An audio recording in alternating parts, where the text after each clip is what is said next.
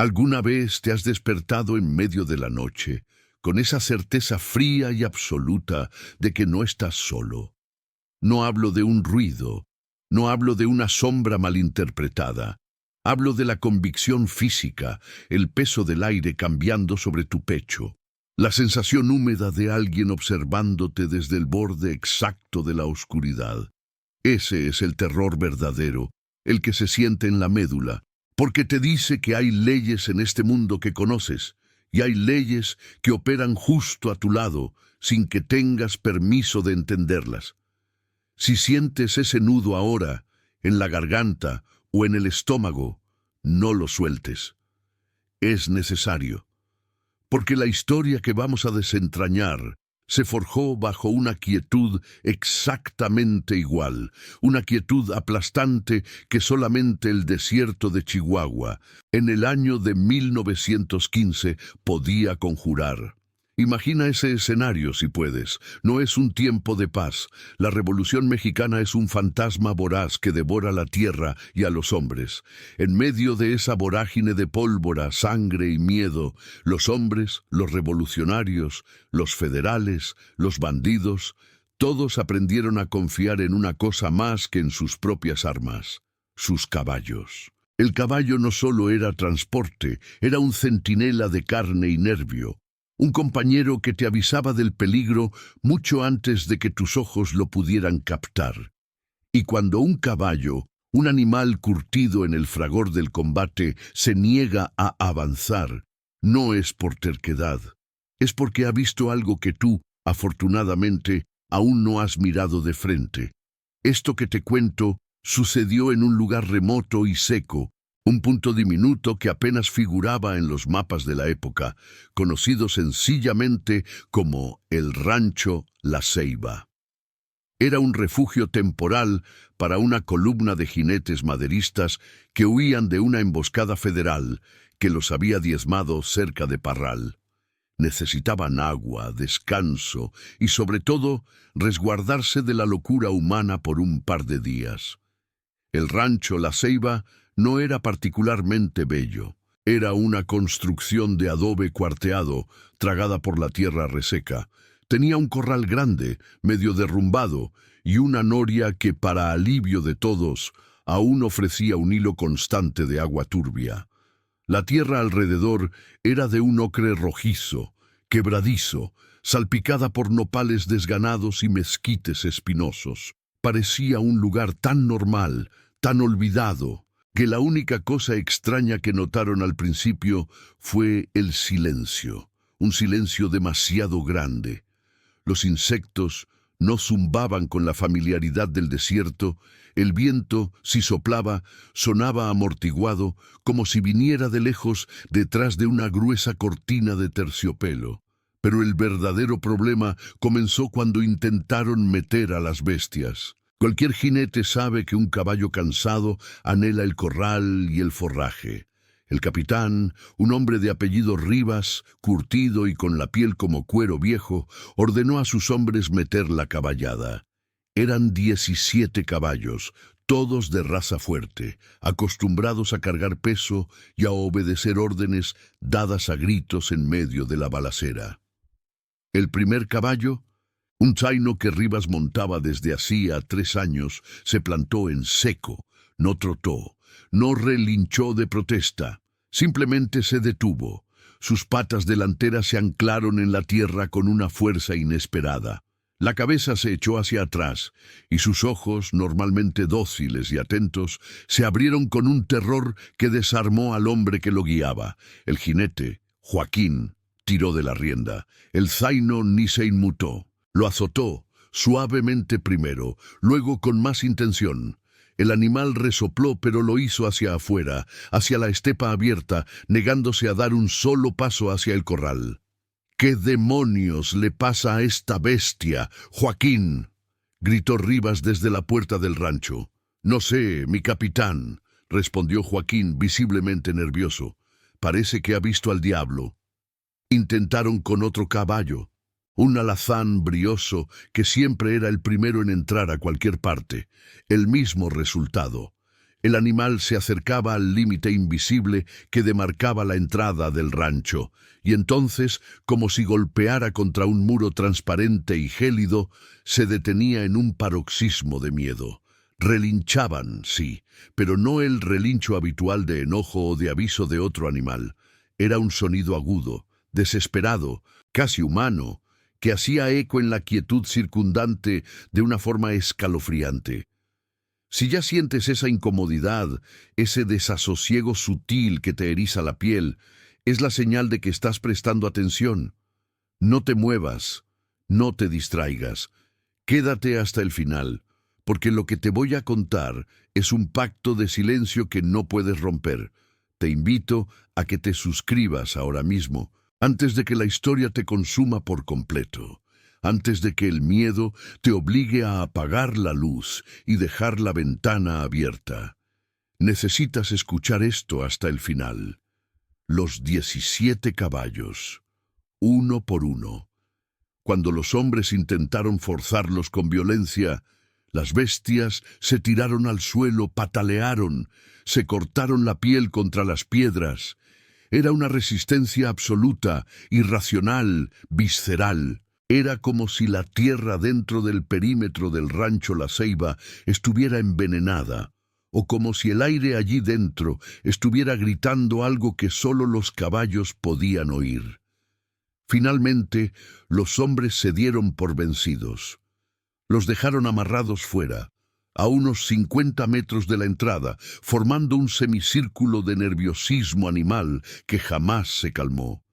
Incluso a esa distancia seguían tensos. Sus orejas giraban constantemente hacia el rancho y cada tanto uno de ellos emitía un bufido bajo, como si un peligro que no cesaba se estuviera acercando lentamente.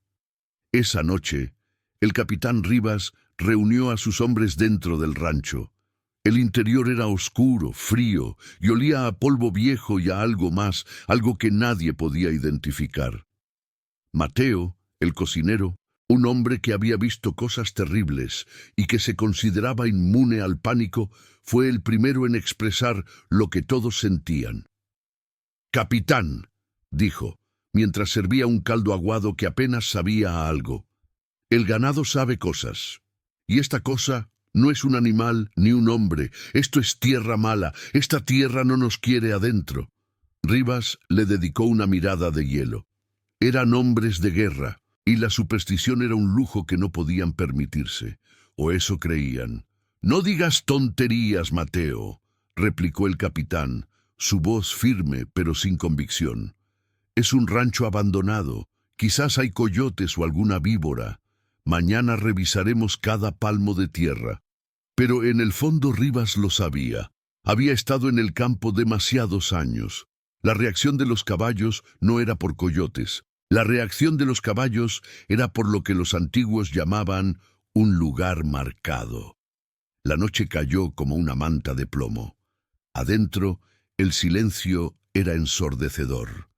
Los hombres intentaron dormir, pero la tensión que emanaba del suelo, de las paredes, se había instalado en sus mentes. Era una opresión sutil. Si estabas en la oscuridad, sentías que la oscuridad era más densa de lo que debería ser, que se adhería a tu piel como aceite frío. Si mirabas a una esquina, notabas que las sombras no se movían con el resto de la luz de la vela. Eran sombras independientes, fijas, como cicatrices permanentes en la visión. Uno de los hombres, un muchacho joven llamado Ezequiel, fue a la noria a medianoche para llenar su cantimplora. La noria estaba justo en el centro del patio interior. Al agacharse, escuchó algo. No eran pasos, no era un gemido. Era un sonido soterrado, como si alguien estuviera respirando lentamente a través de una tierra compactada. Y no venía de la noria misma, sino de la tierra alrededor de la noria. Ezequiel se quedó inmóvil, paralizado, con el cuerpo a medio doblar. El pánico le subió por la garganta. Intentó gritar, pero solo pudo emitir un sonido sofocado. Se puso de pie de golpe, dejando la cantimplora a un lado, y regresó corriendo a la caballeriza improvisada donde dormían. Al día siguiente, cuando el sol se alzó en el horizonte de Chihuahua, un sol amarillo, duro, que castigaba sin piedad, Rivas y 2 de sus hombres salieron a inspeccionar. Había que encontrar la fuente de ese miedo. Primero, revisaron el perímetro exterior, justo donde los caballos se habían negado a entrar. Era una línea irregular, pero claramente definida. En el lado de afuera, la tierra era la arena de Chihuahua, polvo, rocas, plantas secas. En el lado de adentro, la tierra parecía distinta. Era más oscura, casi negra, y estaba extrañamente húmeda en algunos puntos, a pesar de la sequía. Y lo más perturbador, no había rastros. Rivas pasó una mano por el suelo oscuro. ¿Ven esto?, preguntó. No hay huellas, ni de nosotros, ni de los caballos, ni de animales pequeños. La tierra no tiene memoria aquí dentro. La falta de huellas era lo que más le afectaba.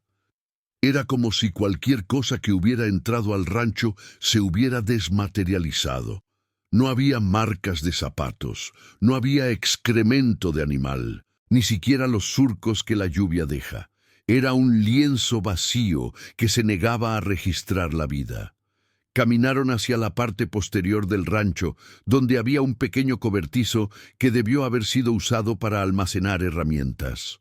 Al acercarse, sintieron el cambio en la temperatura. Afuera el calor era asfixiante. A 5 metros del cobertizo, la temperatura descendía dramáticamente, como si hubieran abierto la puerta de un sótano olvidado. El aire dentro de ese pequeño espacio era pesado. Olía a hierro viejo y a moho, pero mezclado con una dulzura extraña, casi floral, que era absolutamente antinatural. Uno de los hombres, de nombre Samuel, un tipo cínico que se burlaba de las misas, se cubrió la boca con el brazo. «Capitán, esto está mal. Esto apesta a enfermedad, pero no la enfermedad de alguien vivo». Rivas entró primero. El cobertizo estaba vacío, a excepción de una pila de piedras en la esquina más alejada. Eran piedras de río, lisas y redondas, que no concordaban con las rocas ásperas del desierto. Estaban apiladas de forma intencional, casi como un altar rudimentario, y sobre ellas había una especie de costra seca, oscura, que parecía haber sido vertida allí. Rivas se acercó y la tocó. Estaba dura y fría. No era sangre, no olía a sangre. Olía a mineral, a tierra húmeda y de nuevo a esa dulzura que lo perturbaba. Era como si el suelo estuviera exudando algo. En ese momento, Rivas recordó un relato que le había contado un anciano en la sierra de Chihuahua hacía años. Una leyenda susurrada sobre lugares que habían absorbido tanta violencia y tanto dolor, que la propia tierra se había corrompido, convirtiéndose en una especie de imán para la desgracia, o peor aún, una puerta silenciosa. Cuando regresaron al corral, se encontraron con Mateo, el cocinero, pálido y temblando a pesar del calor. «Capitán, he estado vigilando a las bestias», señaló a los caballos, que seguían amarrados a la distancia, sus cuerpos rígidos. «Están todos nerviosos, pero fíjese en el zaino, el suyo. Ha estado haciendo lo mismo desde el amanecer». El zaino, el caballo más fiel de Rivas, estaba girando la cabeza de un lado a otro, lentamente, de forma rítmica, pero no estaba mirando a los hombres, ni al desierto. Estaba mirando hacia el suelo del rancho. Estaba siguiendo algo invisible que se movía, que se arrastraba, que estaba demasiado bajo para que el ojo humano lo pudiera percibir. El animal movía la cabeza como si estuviera siguiendo una línea, o un rastro muy lento, desde la noria hacia el pequeño cobertizo de las piedras. Y luego el zaino relinchó, pero no era un grito. Era un sonido roto, un lamento ahogado que parecía exigir ayuda. Rivas sintió un escalofrío que no tenía nada que ver con el frío del cobertizo. La idea le golpeó con la fuerza de un balazo. La ceiba no era un lugar abandonado, era un lugar ocupado. Pero la ocupación no era humana y se manifestaba en una negación fundamental de la vida. Los caballos se negaban a entrar no porque temieran a un depredador, sino porque la vida misma, el principio de la vida, se sentía sofocado ahí dentro. Esa tarde, el ambiente dentro del rancho se volvió insoportable. La sensación de ser observados no cesaba. Los hombres dejaron de hablar entre ellos, comunicándose solo con gestos y miradas cargadas de inquietud. La única conversación era el susurro constante, monótono, de la respiración que Ezequiel había escuchado cerca de la noria. Ahora, con el silencio de la tarde, todos podían oírlo si se concentraban. Un sonido bajo, seco, como la succión lenta y constante de algo muy grande bebiendo del subsuelo. En medio de esta opresión, quiero hacer una pausa y mirarte a ti, que me escuchas. Si has llegado hasta aquí, si has sentido cómo esta historia empieza a cambiar tu percepción de tu propia habitación, de la esquina oscura detrás de ti, entonces haz algo por mí. Comenta abajo, escríbeme una palabra. Escribe, lo escuché, o no estoy solo. Así sabremos que la incomodidad es real. Y compártelo con alguien que sabes que necesita escuchar esto, pero que nunca debe verlo solo. El capitán Rivas, la noche del segundo día, ya no tenía miedo de los federales. Tenía miedo de quedarse en la ceiba. Se sentó solo, apoyado contra el muro de adobe, fumando un cigarro que no le sabía a nada. Miraba la luna de Chihuahua, que era enorme y cruel. Y entonces, justo en el borde de su campo de visión, junto a la puerta abierta, vio el movimiento que no debía haber visto. Una sombra, no proyectada, sino hecha de la propia oscuridad que emanaba de la pared. Era alargada, tenue, y se movía muy lentamente, arrastrándose a nivel del suelo, como una serpiente sin cuerpo. Rivas era un hombre práctico, un soldado. Su reflejo fue encender una cerilla y lanzarla hacia donde había visto el movimiento. La cerilla cayó. No se apagó de inmediato. Y durante ese segundo de luz viva, Rivas vio el suelo. La sombra estaba allí. Era vasta, pero no tenía una forma definida. Era solo una mancha más oscura en la tierra oscura. Y cuando la cerilla se extinguió, no quedó solo la oscuridad. Quedó la sensación de que la sombra había absorbido la luz y que ahora se había quedado con ella más densa que antes. Esa noche, nadie durmió. Los hombres estaban paralizados, escuchando el siseo bajo, la respiración soterrada del rancho. Se dieron cuenta de que la ceiba no estaba protegiéndolos de la guerra. La ceiba los estaba manteniendo cautivos para otra cosa. Los caballos lo sabían desde el principio. Ellos se negaron a entrar porque sabían que, al cruzar esa línea invisible, no estaban entrando en un refugio, sino en un organismo que estaba esperando, lentamente, para asimilarlos. La mañana siguiente sería el momento de la verdad. El capitán Rivas tomó la decisión de irse, de abandonar ese lugar maldito, sin importar el riesgo de los federales. Pero antes de irse, antes de que el sol se levantara por completo y bañara el rancho en su luz, Rivas sintió la necesidad enfermiza, irresistible, de saber qué había en esa tierra negra. Él tenía que cruzar el límite que las bestias se negaron a franquear, y justo cuando se disponía a dar el primer paso hacia la noria, hacia la mancha oscura que parecía respirar, escuchó a Ezequiel susurrarle algo desde la esquina. Ezequiel no lo miraba a él, miraba justo detrás del capitán. «Capitán, los caballos ya no hacen ruido afuera, han dejado de moverse. Creo que algo está saliendo del rancho, algo que van a seguir». La quietud de afuera era más aterradora que el pánico de la noche anterior. Y esa mañana, en la entrada del rancho La Ceiba, el capitán Rivas se dio cuenta de que si los caballos se negaban a entrar, no era por miedo a lo que estaba adentro. Era por terror a lo que esa tierra podría obligarlos a hacer después de que hubieran cruzado la línea. Y eso es lo que vamos a descubrir. Pero mientras tanto, no te muevas.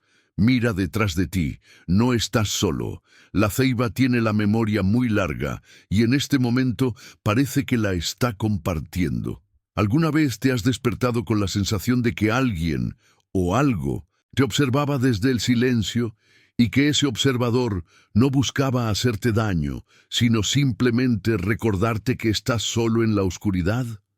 Escucha, porque si has llegado hasta este punto, es porque la primera parte te dejó la misma sed que a mí, la sed de entender por qué la lealtad más noble, la de un caballo a su jinete, se rompía justo en el límite de un rancho en medio de la desolación de Chihuahua en 1915.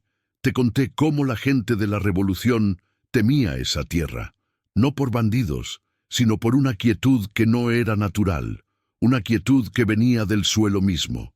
Te dije que los caballos se negaban a dar un solo paso dentro de las puertas del rancho El Alacrán, tensando sus riendas, relinchando con un terror que iba más allá del instinto de supervivencia. Ellos no temían a la muerte visible, temían a la vida que la tierra se había robado. El dueño, don Ricardo, un hombre recio que había sobrevivido a 3 asaltos y a una fiebre mortal, no podía soportar que su autoridad terminara donde empezaba una cerca de alambre oxidado. La negación de sus animales era una afrenta personal, y peor aún, una prueba de que su mente, bajo el sol implacable, estaba empezando a jugarle una broma macabra. La paranoia se instaló como una plaga. Ricardo decidió que la única manera de romper ese encantamiento era forzar el umbral. No con un caballo, sino con una mula, un animal conocido por su obstinación y su supuesta falta de sensibilidad a los miedos psíquicos. Ató a la mula más fuerte que tenía, Parda, a una carreta cargada con sacos de maíz y la empujó hacia la entrada. Pero Parda no solo se resistió, intentó suicidarse, se tiró al suelo, ignorando los latigazos de Ricardo y los gritos de los pocos peones que se habían atrevido a quedarse. La mula se arrastró de lado, gimiendo como si el alambre de púas la estuviera quemando, moviendo sus ojos blancos en círculos demenciales, buscando cualquier cosa que no fuera esa franja de tierra. Cuando Ricardo finalmente la soltó, Parda corrió ciegamente hacia el horizonte sin mirar atrás, abandonando la carreta y, en esencia, abandonando su propia vida de servidumbre, solo para escapar de lo que estaba dentro. Ese día, Ricardo lo entendió. No era el miedo a un fantasma, era el miedo a un veneno. Si has llegado hasta aquí, es porque sabes que el silencio miente y que las historias verdaderas nunca tienen finales felices. No te muevas. Y si lo haces, que sea solo para unirte a este pacto de la noche, presionando esa pequeña campana. Porque lo que viene ya no tiene vuelta atrás. Esto es algo que debe ser contado en voz baja, para que la tierra no escuche que revelamos su secreto. Ricardo pasó la semana siguiente acampando justo fuera del límite, bebiendo mezcal en silencio y observando el rancho. El rancho era una silueta negra bajo la luna de Chihuahua, seca y polvorienta, pero parecía más densa que el resto del paisaje. La luz de la luna, esa luz fría que expone la verdad sin calor, nunca parecía penetrar realmente el centro del alacrán. Los contornos de la vieja casa de adobe y el establo vacío se mantenían en una sombra perpetua, como si absorbieran toda la luz ambiental. Y con la noche llegó el sonido que no debería existir. No eran pasos, eran arrastres. Piensa en una bolsa de huesos mojados siendo arrastrada sobre grava seca. Un sonido lento, intermitente, que parecía venir de un punto fijo, justo donde se cruzaban el patio y el pozo. Ricardo, acostumbrado a los aullidos del coyote y al grito distante del búho, sabía que este sonido era nuevo, consciente, y lo peor de todo, ritualista. Era una coreografía de la miseria. La primera noche lo atribuyó al viento moviendo alguna herramienta olvidada. La segunda noche lo achacó al mezcal. La tercera noche dejó de beber, agarró su rifle y se quedó inmóvil, observando cómo el arrastre empezaba a las 3 de la mañana, puntual como un reloj detenido, y se detenía justo al primer rayo de luz. Decidió que la lógica de los vivos no aplicaba aquí. Si los caballos y las mulas se negaban a entrar por miedo, él entraría por obstinación, cruzaría la barrera, encontraría el origen del arrastre y le daría fin. La madrugada de un martes sin luna cruzó el umbral. El cambio fue inmediato y físico. Al pasar la cerca, el aire se volvió pesado, no por humedad, sino por una presión que se clavaba en los oídos, como si la atmósfera en el alacrán estuviera 3 veces más densa que fuera. El olor que lo golpeó no era a estiércol ni a polvo, sino a cobre oxidado, y a algo dulzón y rancio, como flores muertas en una iglesia vieja. Era el olor que nadie quería nombrar, pero que todos conocían en esa época de guerra, el olor que queda cuando la sangre se seca sobre el barro por demasiado tiempo. Ricardo caminó lentamente hacia la casa. Cada paso era un esfuerzo. No era que el suelo fuera blando, al contrario, era tan duro que sus botas apenas dejaban huella, como si la tierra se negara a ser marcada. Mientras avanzaba, el sonido de los arrastres se hizo más claro, pero también más confuso. No venía de la casa, venía de la tierra misma. Se detuvo en el patio central, cerca del pozo. Mira a tu alrededor. Si estás en tu casa ahora, nota la diferencia entre el silencio que esperas y el silencio que te ahoga. Ricardo estaba en este último. El silencio del alacrán era el silencio de un grito retenido, y en ese silencio notó la repetición. El arrastre no era aleatorio, eran 3 golpes secos, un arrastre largo, y después un silencio de 5 segundos. Golpe, golpe, golpe, rastre, silencio. Ricardo apuntó su rifle, intentó racionalizar. Quizás un animal atrapado, quizás una puerta descolgada, pero la precisión matemática del sonido desbarataba cualquier explicación lógica. Se movió hacia el pozo, y fue allí donde el terror se volvió conocimiento. El pozo estaba seco desde hacía años. Era un círculo de piedra negra y profunda, ahora solo un agujero al vacío y a las sombras. Ricardo se acercó con cautela y alumbró el interior con una lámpara de aceite. Esperaba ver huesos, escombros, tal vez el cuerpo de alguien olvidado. Lo que vio fue peor, un espejo perfecto. La superficie interior del pozo estaba pulida, no por el agua, sino por el constante roce. Y en el fondo no había nada más que tierra negra, saturada, y un par de cadenas. No eran cadenas para un animal. Eran cadenas de grilletes, gruesas, pesadas, y una de ellas estaba arrastrada, curvada de una forma que sugería que había estado unida a algo que intentaba escapar. Ricardo sintió que su estómago se encogía. Recordó las leyendas locales, antes de que ese rancho fuera de don Ricardo y antes de la Revolución. Se rumoreaba que era un campo de trabajo forzado durante la dictadura de Porfirio Díaz. Un lugar donde los presos políticos y los disidentes eran enviados a desaparecer. La tierra de El Alacrán no estaba embrujada, estaba saturada. El terror de los caballos no era una superstición, era una percepción biológica del trauma grabado en el mineral, en el polvo. El rancho era el escenario de una masacre tan profunda, de un sufrimiento tan prolongado, que la agonía se había petrificado en el suelo. Los caballos, con sus sentidos afinados, podían oler la desesperación, la desesperanza, la rabia muda de aquellos que murieron encadenados, el arrastre. Ricardo escuchó de nuevo, golpe, golpe, golpe, rastre. Comprendió. El arrastre no era el fantasma de un encadenado intentando escapar. El arrastre era la tierra imitando el sonido de la agonía que había consumido.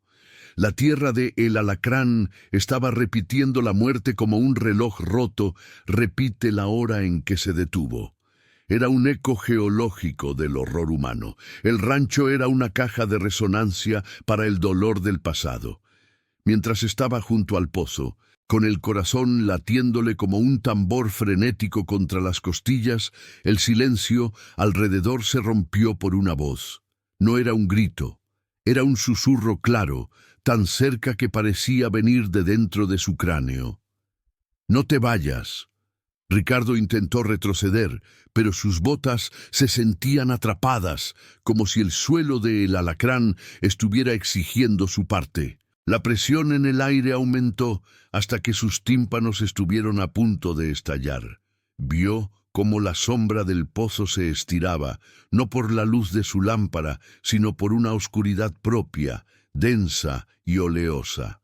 Se dio cuenta de que si los caballos no podían entrar, no era por el castigo que les esperaba, sino porque los espíritus de ese lugar no querían más compañía.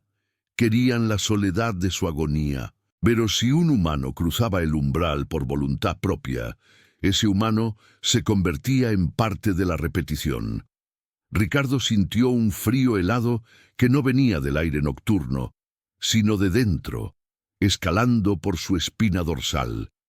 Era el reconocimiento de que él ya no estaba solo en el rancho, había cruzado la frontera y ahora estaba en el elenco de una obra de teatro eterna de sufrimiento. El sonido del arrastre se detuvo y fue reemplazado por un nuevo sonido, uno que lo hizo vomitar allí mismo, sobre el suelo seco y sediento. Era el sonido de un grillete abriéndose, y luego un paso, lento, pesado y sin arrastre. Ricardo disparó su rifle ciegamente hacia la sombra del pozo, vaciando el cargador. El estruendo fue ensordecedor, pero no produjo eco. El rancho se tragó el sonido de la pólvora, el sonido de la furia, y devolvió a cambio una calma perturbadora. El silencio regresó, pero esta vez venía acompañado.